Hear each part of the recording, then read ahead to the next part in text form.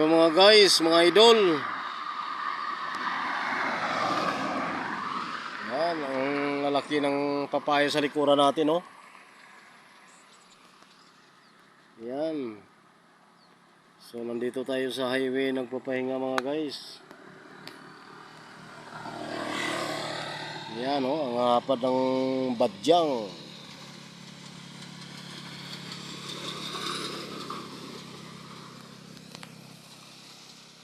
Yan. Ang gaganda ng badyang mga guys, no?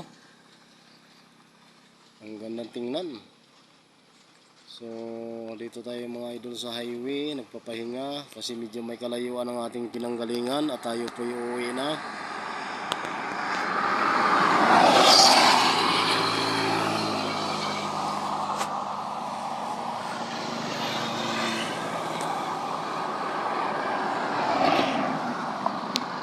Muli, ayan, bye bye, God bless.